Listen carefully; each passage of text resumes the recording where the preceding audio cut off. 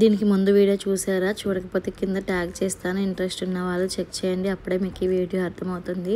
ముందు రోజు నైటే ఫిష్ కర్రీ అన్నీ ప్రిపేర్ చేసుకొని పక్కన పెట్టేసుకున్నాను. అన్నీ ప్రిపేర్ చేసుకొని పడుకునేసరికి నాకు 2 అయిపోయింది. మళ్ళీ మార్నింగే లేచి నైట్ ఫిష్ ఫ్రై కోసం నానపెట్టి పక్కన పెట్టుకున్న చేప ముక్కలను కూడా ఫ్రై చేసేసుకుంటున్నాను. చేపలు ఎక్కువ లేవు కాబట్టి ఫ్రై కోసం తొందరగానే అయిపోయింది. లోపు మా ఆయన మటన్ కీమా తీసడానికని వెళ్ళారు. ఎందుకు ఇన్ని వెరైటీస్ చేస్తున్నానంటే చేపల పులుసు ఏమో మాకు, మటన్ కీమా ఏమో చెల్లికి. చెల్లి చేపలు తినకూడదని మటన్ కీమా అయితే ప్రిపేర్ చేసిన.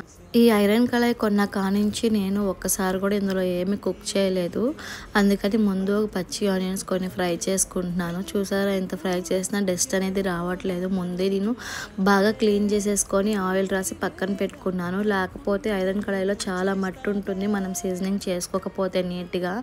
ఐరన్ కళాయిలు వాడడమే కాదు, వాటిని మంచిగా నీట్గా మెయింటెనెన్స్ చేసుకోవాలి, లేకపోతే తుప్పు పట్టి పాడైపోతాయి. నేను రీసెంట్గానే తీసుకున్నాను. వీటి లింక్ కావాలంటే కామెంట్ చేయండి, పోస్ట్ చేస్తాను. నాకైతే అంత బాగా ఏం నచ్చలేదు.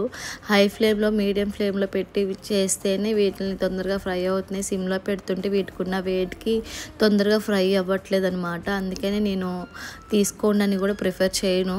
ఒకవేళ ఎవరికైనా ఇంట్రెస్ట్ ఉండి తీసుకోవాలి అనుకుంటే కామెంట్ చేయండి, నేను లింక్ అనేది షేర్ చేస్తాను. ప్రైస్ కూడా చాలా ఎక్కువ ప్రైజే ఉన్నాయి. నాకు 3 సెట్ తీసుకున్నాను. 3000 చేంజ్ ఏమో పడినాయి. ఇండస్ వ్యాలీ నుంచి తీసుకున్నాను. బ్రాండెడ్ అని తీసుకున్నాను కానీ చాలా అంటే చాలా వెయిట్ ఉన్నాయి. నేను కూడా ఇప్పుడే ఫస్ట్ టైం యూజ్ చేయడం. ఇప్పటివరకు ఐరన్ కళాయిలు ఏవి యూజ్ చేయలేదు. వీటి గురించి ఎవరికైనా తెలిస్తే కామెంట్ చేయండి.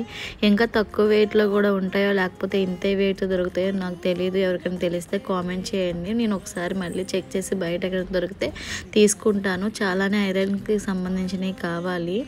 ఇంకా ఈ వీడియో అంతే. మళ్ళీ నెక్స్ట్ వీడియో కలుద్దాం. Bye bye.